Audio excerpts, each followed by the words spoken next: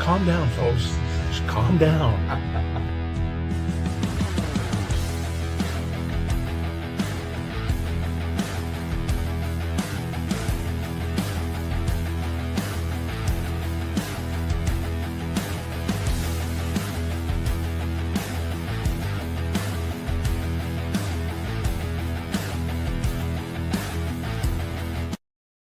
All right, ladies and gentlemen, welcome to night 2 of the Best Boys Center Ice podcast recap of the Stanley Cup playoffs. It was night 2 in the NHL playoffs. 4 games on tap today, 4 really good games, 4 games that we were looking forward to. Carson and I are doing this every night of the playoffs. We started last night with the first night of the playoffs, and we're going to be going right through until somebody hoists the Stanley Cup probably in June sometime.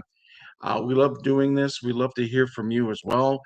We are live on Facebook and also live on our YouTube channel, the Best Boys Center Ice Podcast on YouTube. So if you'd like to join us, we would love to hear from you. We'd love to hear about your comments on what you thought about the first couple of nights of the NHL Stanley Cup playoffs. Only one series left to be started, and that's tomorrow night. And that will be the series between Edmonton and Anaheim. But all the other series have started, Carson, and we kind of everything kind of fell sort of into place as what we thought was going to be for today. To me, the game of the day was Buffalo Boston, just because of the atmosphere that we knew was going Absolutely. to happen in Buffalo, but that the way that the Sabres had to come from behind to win, and that place was just absolutely crazy. To me, that was the game of the night. We'll get to it, but we'll go in chronological order of the games that started earlier. It was the first game was the President's Trophy winners. Yeah. It was the Colorado Avalanche taking on the Los Angeles Kings, and this was kind of a series where we thought, well, Colorado pretty much has the advantage, and for the most part, you know what, they did control things. They did no scoring until the second period when Lankinen scored with about 15:29 into the first, or pardon me, into the second period. Um, Logan O'Connor scored in the third period to make it 2-0, and really it was all pretty much Colorado until the Breadman Panarin scored a power play goal late in the game. Yeah. Not enough for the Kings as Colorado hangs on 2-1. Did you see anything from Colorado that might have been kind of a clink in the armor, kind of like something like maybe they're not I mean, good as we think? their power play just, Yeah. didn't really click, but I mean, they controlled the game. I mean, I feel like they didn't give the Kings much at all. The Kings had a hard time getting entry into the zone. When they did, it was a one and done. And by the time they figured it out, it was too late. I think the Avalanche are just too quick for the Kings. Uh, I don't think it's going to really matter whether their power play is clicking or not, but they definitely need to get it together because the further they go, they're going to need it. That That's the is only just kind of clink in the armor. I mean, their goaltending looked good. All their guys looked really good. They played a good game. I mean, they had the chances to go up and score a lot more than they did. It was also very interesting. Both goalies in this game, Wedgwood and Forsberg, each making their first playoff starts in their careers, and I think they're both 31 years old. mhm. So they've got some experience under their belts, and it was a game that played out a lot differently than I thought. I had the Avalanche winning this game, but I figured there were going to be a lot of goals in it, Yeah. probably 6 at least, and there just weren't. I mean, it just was one of those games, and I feel like it's kind of been like that up until to the next games we'll get into, that there really hasn't been many goals in the playoffs right now. I mean, Yeah. Dallas, Minnesota had a lot, but other than that, not a lot of Been- goal scoring. There was only one first period goal yesterday, and there wasn't a first period goal in the Avalanche game either. So you had one first period goal for the first 4 games of mhm, the playoffs, which is I don't want to say unheard of, but that's not common. mhm. So again, it played out like I thought. Avalanche won, just not the way I thought they would. But they pretty much controlled the game for the most part from the Yeah. Kings. Want to welcome in Beth, who's watching tonight, And she's watching still our up. Dang. She's still up. Yeah, she was. She's in the next room next to me, so she has to hear. Hears this. It's funny because she hears this in delay, so she hears us talking, and then she Hmm. hears us talking 7 seconds later. Yeah. So thank you for joining us. If you want to join us, make comments. You can do so now on Facebook or on our YouTube channel.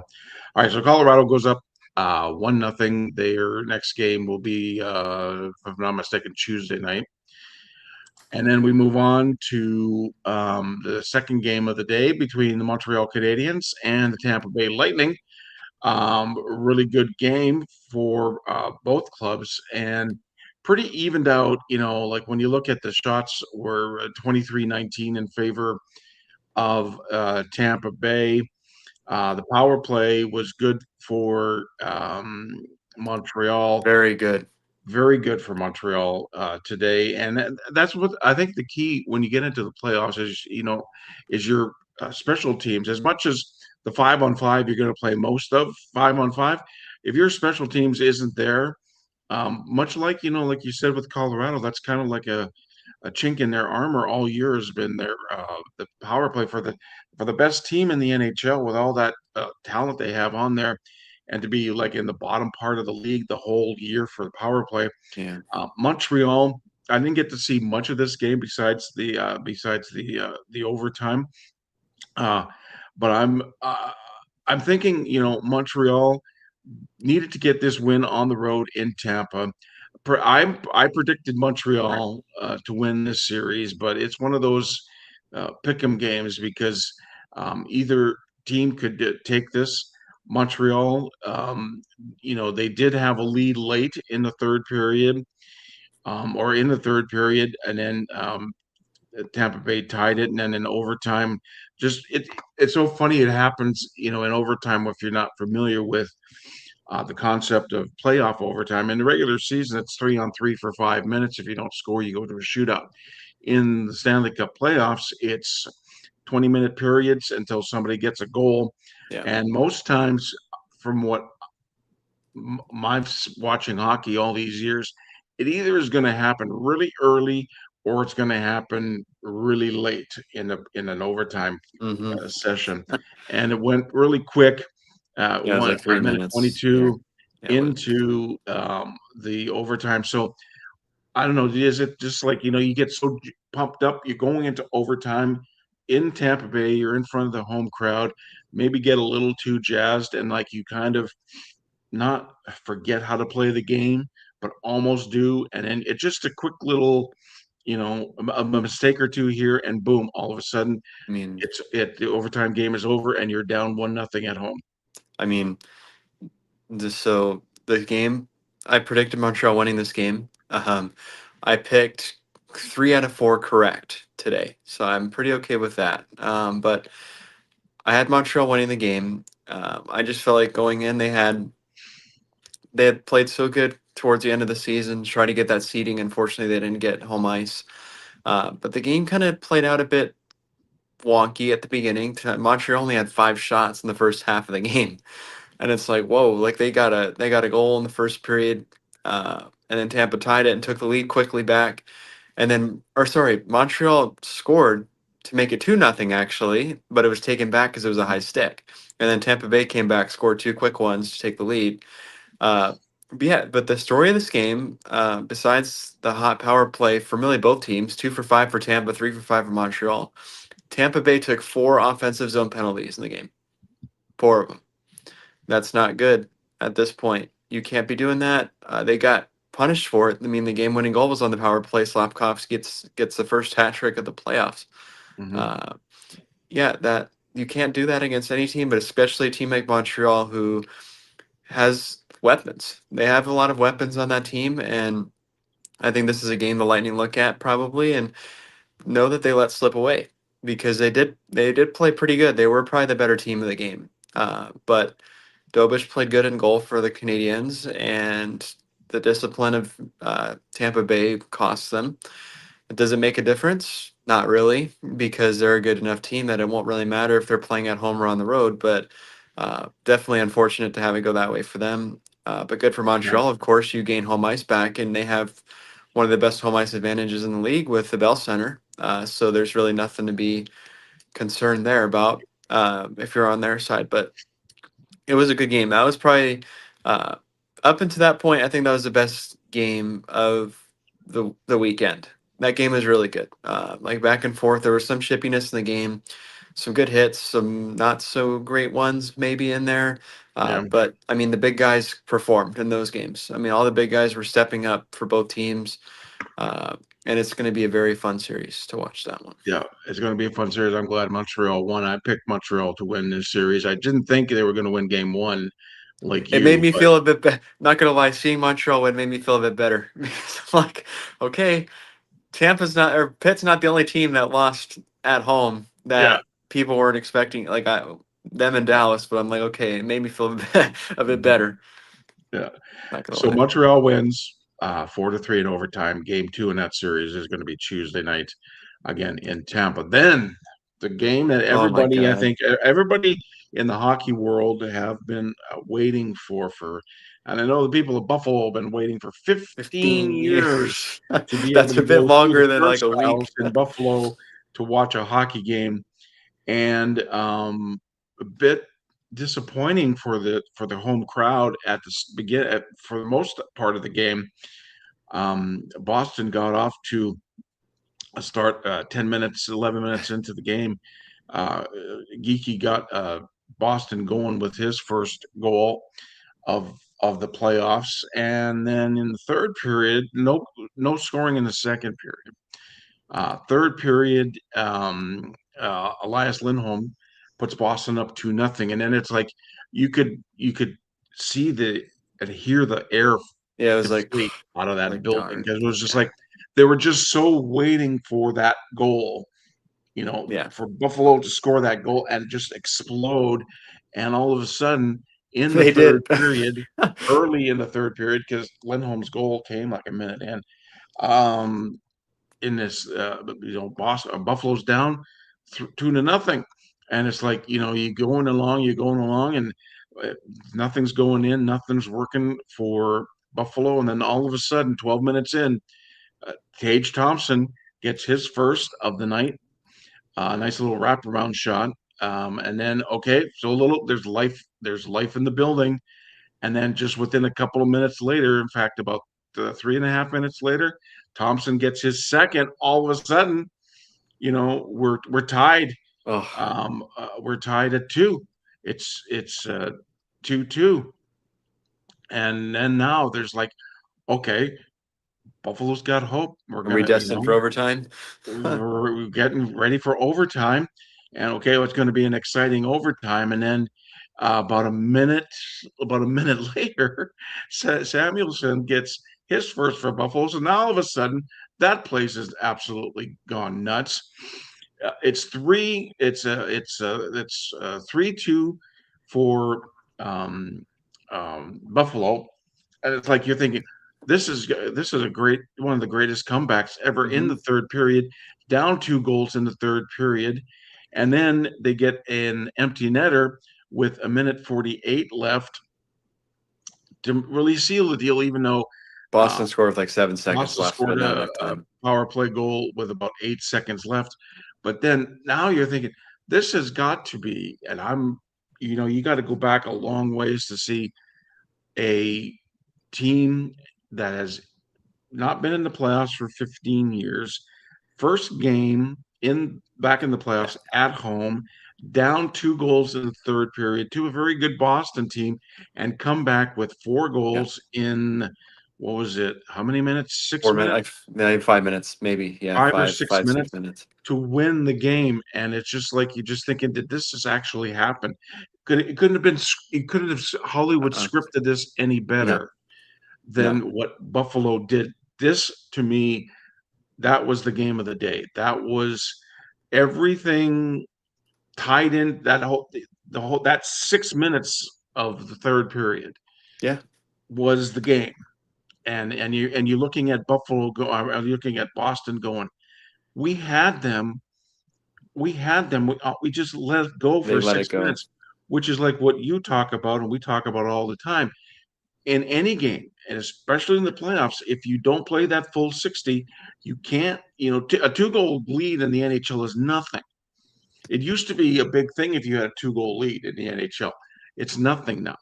And Buffalo proved it. They came back, and boy, that place, I would have loved to have been in that place when that goal went in, the Yeah. third goal went in to take the lead. Yeah, I mean, obviously every year there's important games in the playoffs, like the game that the Stanley Cup is awarded, advancing to the final, stuff like that. But I think in my time of watching the game, I don't recall a more meaningful win by a team than Yeah, this one. I mean, it had been that's the longest drought. That was the longest drought in professional sports North America for a postseason, and the Sabres broke it. 15 years they weren't in the playoffs. And yeah, I mean, they played a good game. I mean, they really didn't look bad at all. Like even though they were losing at that for most of the game, they looked good. They didn't look bad. They just couldn't get it past Swayman. And it was mhm. awesome to see. Like every time they laid a hit, that place just like lit up. Like everybody got out of their seats. Anytime somebody got hit, anytime there's anything going on, Mhm. you were just hoping for that first goal. I did not want this game to go and Buffalo didn't get a goal. Yeah, But I also didn't want it to be garbage time where like they're down 4-0 and they get a goal with like a minute left. yeah, And yeah, they got. I mean, they got behind early. Geeky got fortunate. I don't want to say fortunate, but a fortunate block that landed right on his stick, and he put it right in the net. And all of a sudden, you get to the third, and they get a quick one in the third again, and it's like, oh man, like Buffalo's going to lose this game. Damn, like you wanted them to get it.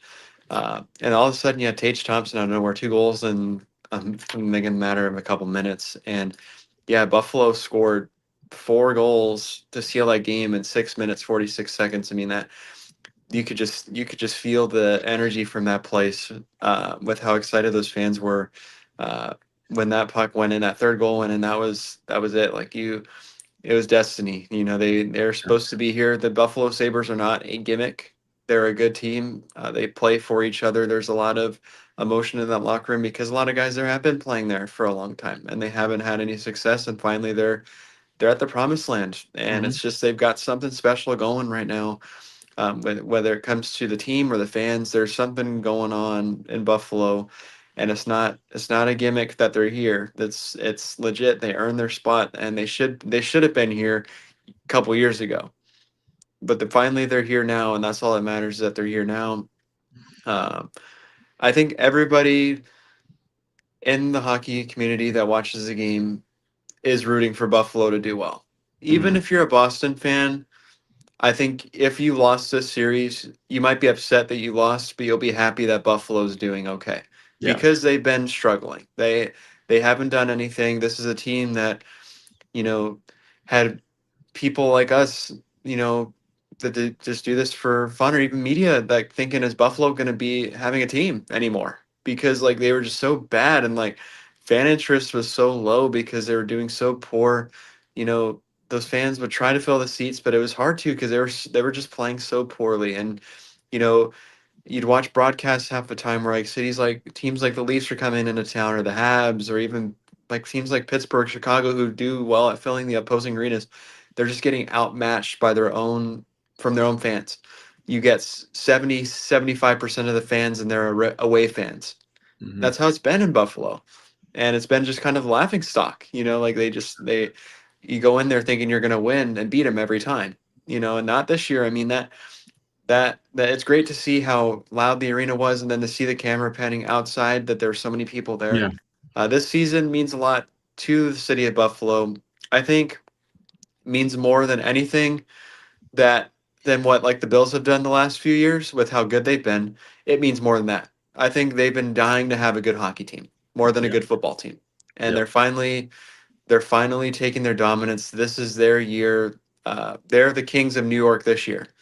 They're mhm, the best team in New York, and this is just a start, I think, of something really good. And I'm hoping that this turns, no matter how good or bad they do in the playoffs, they're in the playoffs. They've got to win now. That Buffalo becomes a place that players want to go play in, free agency wise, trade wise. I want that to be a good market again yeah, because those fans really care about their Sabres, and you saw it in game, and that's just game one. They're going to probably have to go back for game five or seven or both, and as well game two. That place really cares about their Sabres, and they're getting to they're definitely getting their deserved time of happiness and joy with what's going on, because a lot of the other teams in this list have had that, and the Sabres really have never had that kind of experience, Yeah, except for like 99 getting all the way to the cup.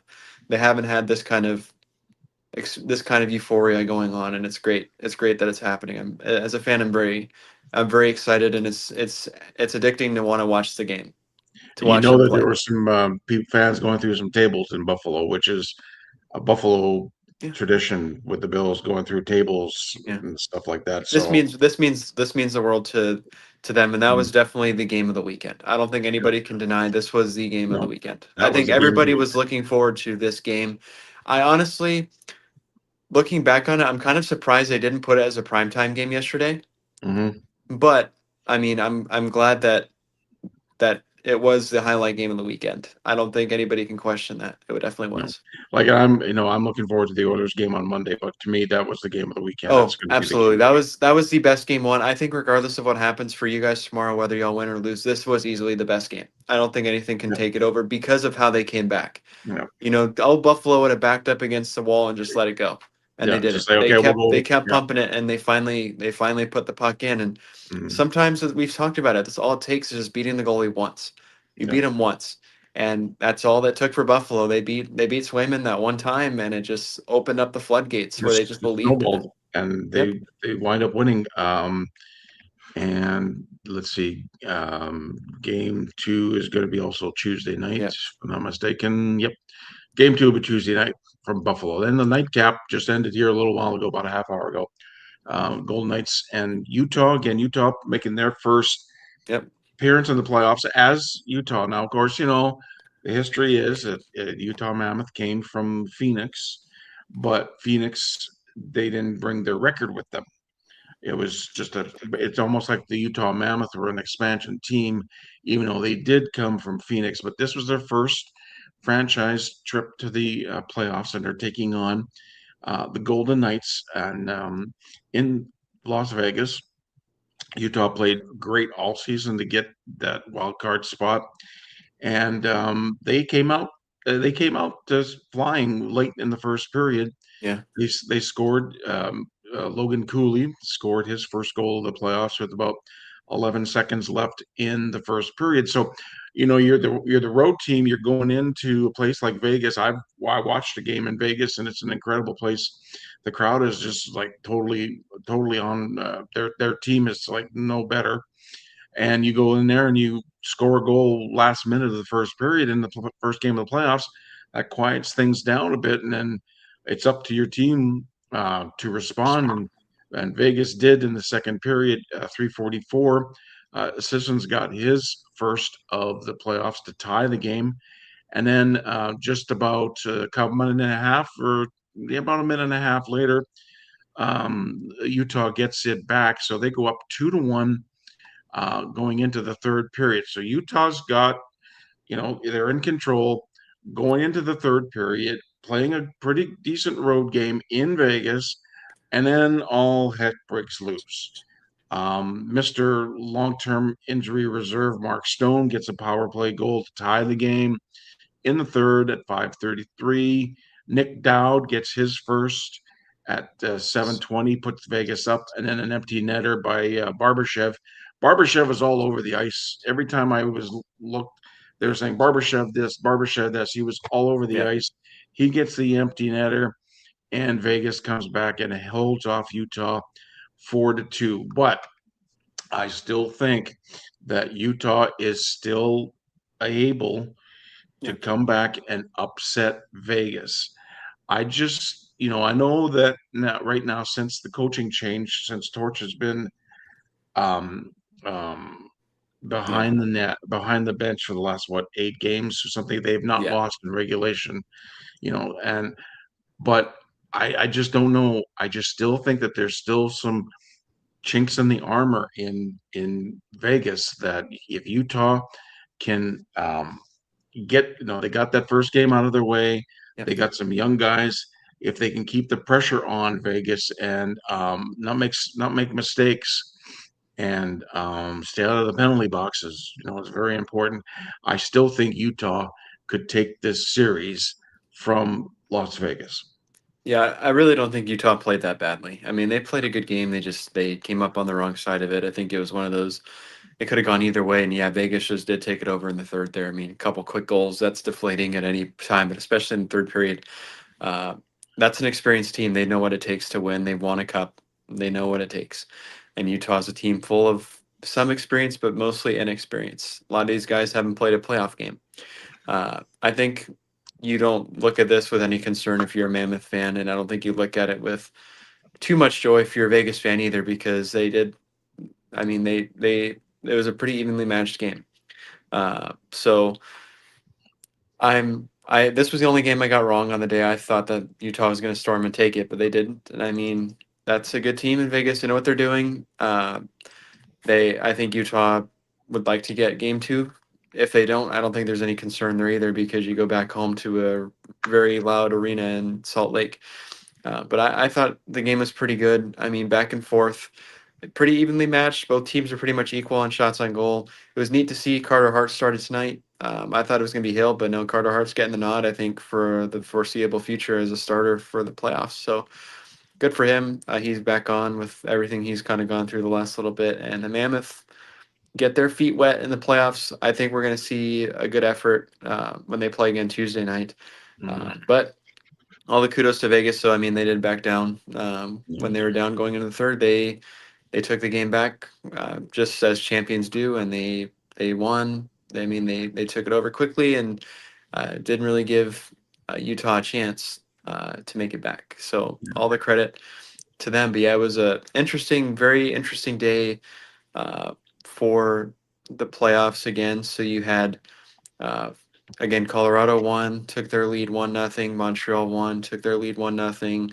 Uh, and then Buffalo took theirs 1-0, and Vegas 1-0. So you had one road team winning today. That's Montreal, and uh, three home teams winning today. So I believe for the playoffs, three home teams or four home teams have won, and three road teams have won. So it's pretty much dead even on that.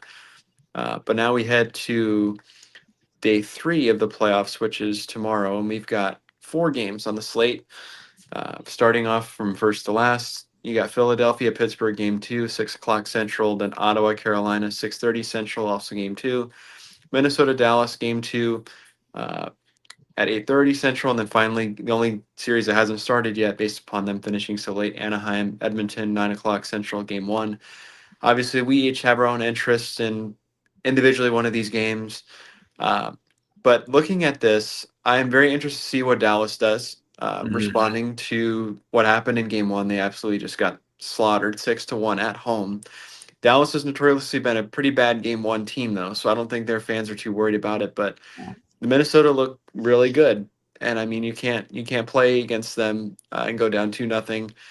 Obviously, the other way, Ottawa's, I think, got to win to stay alive in that series if they Mhm. want a chance. I mean, we've talked about it. That's just, it's so suffocating with what Carolina does. It's hard to come back if you're down two games, and I hope there's a fight in there from Ottawa, and I think there will be. I mean, they honestly didn't play too terrible on Sunday. They just didn't get a lot of shots. I think if they just shoot the puck, they'll be in a spot maybe they want to be, but also they're gonna be ready for war because it's gonna be a hard game.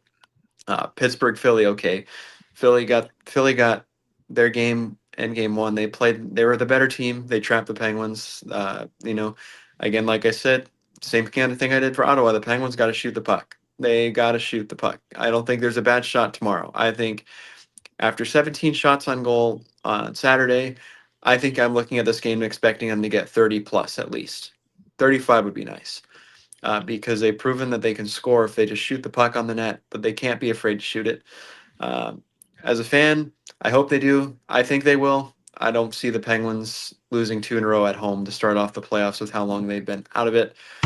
I also just can't stand scrolling on my phone and seeing all the trash that Flyers fans are talking after winning Mhm. one game like they just won the cup. It's Yeah, it's driving me one kind of game. crazy One that game. they won one game and no, I'm not discrediting them. They played a really good game, but that's one win out of the four Mhm. you need for the series, and out of the 16 you need to win the whole cup. Yeah. And again, they won by one goal against a Pitt team that played probably their Mhm. worst game of the year. So I'm not too worried. I think you're going to see an angry Sid, an angry Gino tomorrow, a hungry Sid, a hungry Gino. I know they're not changing the lines, so I'm kind of bummed about that. But at the same time, I have faith in what they're going to do. I think they have a good game plan going into tomorrow. They learned a lot from Saturday, and they'll be ready to roll. And then finally, your game, which we're really both excited for. Uh, Anaheim, Edmonton, starting off game one. This is going to be a very interesting series, a rematch of I think 2017 it was, Yep. and it's going to be fun to see both teams. I mean, we know what Edmonton's capable of. We don't know 100% who's in net, but it'll probably be Ingram. But Anaheim, a team that hasn't been in the playoffs in a long time, it'll be fun to see that young blood back in there and seeing uh, what I think a new matchup will do for the Oilers. You know, they're used to playing the Kings in the first round.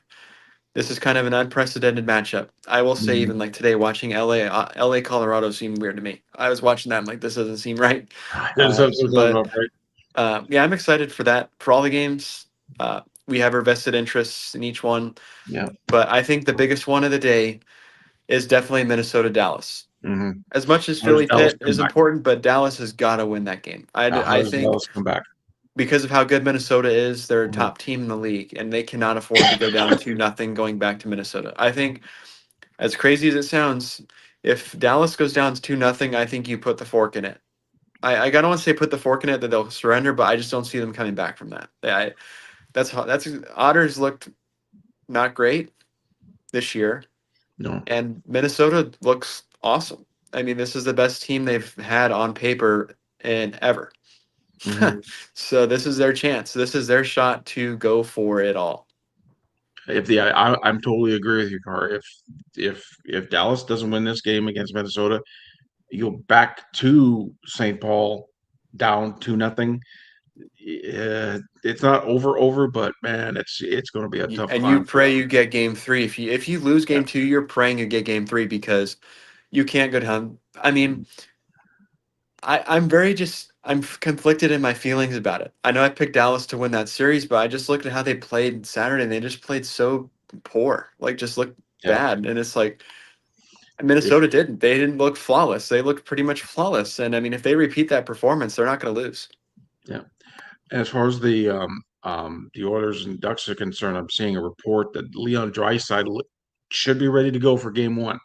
There was some speculation whether he was going to be able to start in game one or game two of the series against Anaheim. I got a report that came out earlier today that he looks ready to go for the playoffs. So we'll Yep. see if 29's on the ice, and he's even if he's half at half dry cycle speed, he's still I one of think the he'll best be in good players. shape though. He's been out for a while. He's gotten Yeah, he's some like I said. I recovery think and it was like the last 15 games he's been out. yeah. 15 Well, games and of I regular think that the medical staff wouldn't put him in the game if they felt like he was at risk of like aggravating it or not Yeah, being in a good place to play. If he plays, he's pretty much good to go. yeah. So that just gives the Oilers a little bit more of a boost. It gives them that second line that not everything has to rest on McDavid, which has been the last few games of the regular season. It hasn't just been McDavid. It's been the other guys that have come up and started But playing you get too. dry So in there, and that makes it easier. yeah, and then the right like goaltending, I'm going with Ingram. I think you go with the guy who's the hotter. Hmm. When you get to the playoffs, it always was even back. And I've mentioned this before to you, Carr. In the '80s with the Oilers, it was like, well, who are you going to go with, Grant Fuhr or Andy Moak? Who was hotter going into the playoffs? Yep. Most years it was Grant Fuhr, so Grant Fuhr went in. Sometimes it was Andy Moak. Andy Moak would go in there, and if one of the two fell over, The you other had one the other comes. guy. So we'll see. I think Ingram will start. If Ingram starts to falter a little bit, Tristan Jarry's in there. They've got Calvin Pickard. They're Yeah. pulling three goalies for the playoffs as an emergency. So they got Calvin Pickard there too. So I'm still always concerned with goaltending, but not as concerned when Connor Ingram's in the net. So we'll just see game one tomorrow night, as Carson mentioned, will be the late game. We'll be on after that game, What do you probably think about about a the half other two hour. games? Hmm? What do you think about the other two games? That Well, The other two games, let me go to them. Okay, okay. I'm thinking. Okay, here's what I'm thinking about the games. Pittsburgh's definitely got to win at home. They don't want to go down 0-2 going to Philly. I think it was just a bump in the road for the Penguins. I think they just kind of lost their how They they had a played lot the of game. energy and emotion going into it. Yeah, how they got to get back to playing their game. I think Carolina will win over Ottawa, but it's going to be close. Even though, Ottawa, if they win, that would be the upset of the day for sure. Oh But I yeah, think Carolina, it's just that it's the way that they play. Ottawa's going to have to really double their efforts and really start just firing pucks and getting through, trying to figure out how to get through to the Carolina because they're so stingy. You got to just it's it's so get painful. I yeah. think the thing is, like with me, I love offensive hockey. That's my brand of hockey. Some people love defensive hockey. Some people love the goaltending clinics. I love goals. That's what Hmm. I like. That's my kind of game. I like the 6-5 kind of games. So watching Carolina play is so frustrating because you just can never get anything going playing against them because Yeah. they're pounding you, like they're on you, and it's like God, Mhm. like you touch the puck and you can barely have it in your stick for 1 second. You have to get rid of it, Yeah. and that's so Yeah. god dang annoying. You know what it reminds me of back in the day, the New Jersey's trap defense. I Yeah, the hated 1-3 that. with the diamond. They do that like what I was I saying with the flyer, like that diamond, like where you just can't for it seems like something you should be able to figure out pretty quickly, but nobody can. Like nobody can figure like and it's crazy that nobody's kind of figured it out at this point because they haven't changed that game plan. They've continued they've done it for years yeah. and no one can figure it out how to break their diamond and just get in and do Well, it. maybe I think Ottawa needs to break through. I'm hoping that they win game two, but I'm still thinking Carolina Yeah. has got game two in Dallas, Minnesota. I'm with you, That's a Carl. must. I think out of all of That's them, a must that win. that is the It's must our win of the first. day. It's our first must win of the playoffs. Yeah. If Dallas doesn't win, I hate to say it, but if Dallas doesn't win, that series could Yeah, be over. yeah, it's just because of how good Minnesota is, their pedigree. Yep. They're a And great hockey team. how the Otter has just turned into an average goaltender. Yeah. Like He you look at the first, like how many goaltenders have played now of the 16, six well, 14 they've goaltenders have played, 14 right? goalies. Yeah, he's 14 he's been the goalies. worst. He's He's led probably with the most worst goals. of he's the worst of the 14 Yeah. goalies He's led in the ever most goals. played. I mean, they can't afford to lose. I mean, No. you look at the other way, okay, if Pitt loses for whatever reason in Philadelphia, that's going to be really bad, but it's not must win because that looking just by the numbers, the Wild are a top team, are one of the Mm, top teams in the league. yeah. They're not going to lose 2 games in a row at home. You know that. So the worst outcome of that is that Dallas is down 3-1. Yeah. And that's not going to be pretty for them, especially you gain confidence playing in a building when you've won in it already. That's what it is. And I anticipate a different Dallas team tomorrow. I would be absolutely floored if the same kind of thing happens again and they lose by more than one, if they lose. But yeah, I think I'm pretty much riding tomorrow. I think I'm going Pitt, Carolina, and Edmonton. And I'm still a toss up for Minnesota Dallas. My heart says Dallas is going to win, but my head says Minnesota's just going to roll in Mhm. there and do it again. and Yeah. and they've got the confidence. I think I see them going up too. I hope not because I want Dallas to do something, but I Yeah. mean they just looked I Mm, just wasn't mm. expecting I guess what I saw on Saturday. That's it. No, I'm going Pittsburgh, Carolina, Dallas. I think he's going to come back in. I think Edmonton's going to take it. It's going to be a good game one against Anaheim, but Yeah, I think well, and interesting thing about y'all's series, I think y'all's is the only one out of them all that doesn't have the 3-day gap there in the yeah, series at some point. Every other series has a 3-day gap between one of the games just because of the scheduling. But because y'all started so late, y'all just play every yeah. other day. So that's kind of nice, I think, honestly.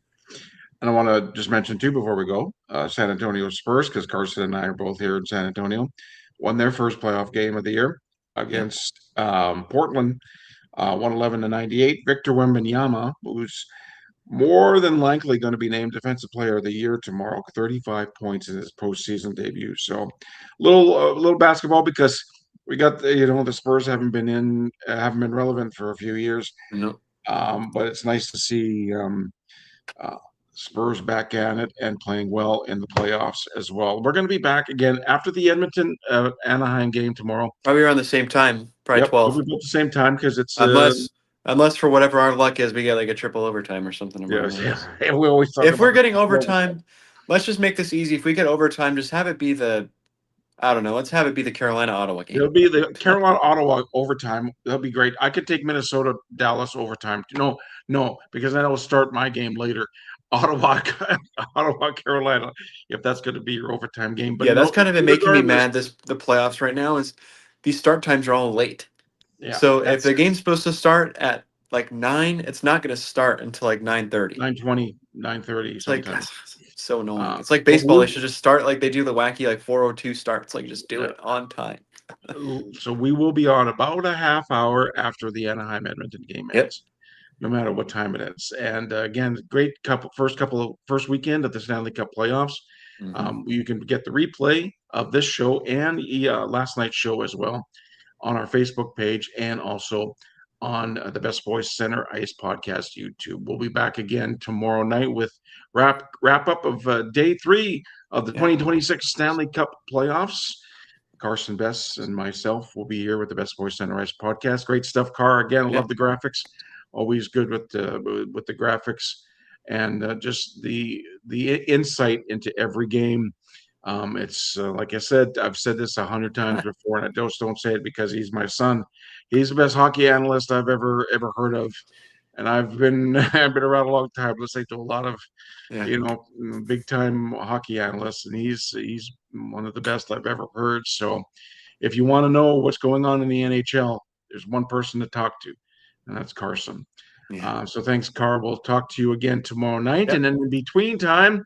And in the meantime, and if it's late, Wow, in the that's the first time meantime, you messed it and in up. between time, everybody have a great hockey night. Oh, that's the first time you've messed it up. Yeah.